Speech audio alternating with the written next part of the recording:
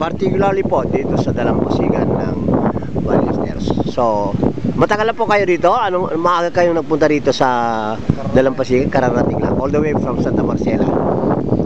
Okay. Sa inyong pagpapalagi po rito, meron pa kayong mga kakaibang na obserbahan dito sa dalampasigan? Any unusual thing po na para sa DZCB, Tuguegarao City? Aha.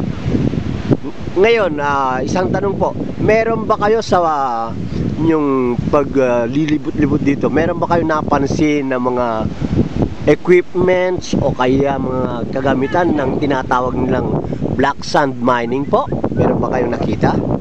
Wala.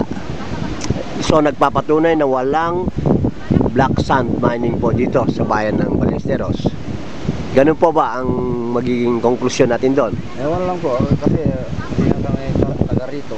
O nga, pero sa ngayon po, sa pagkakataon ito, ika-12 po ng araw ng Abril, nitong pagpunta po ninyo dito sa Dalampasigan, meron po ba kayo nakita, halimbawa dito sa screen o kayong pinapaikot natin yung paningin, ada nakita yung equipments, backhoe, dump truck, o nyaman nga may inaig iti black sand mining, iti kapanunutan nyo po?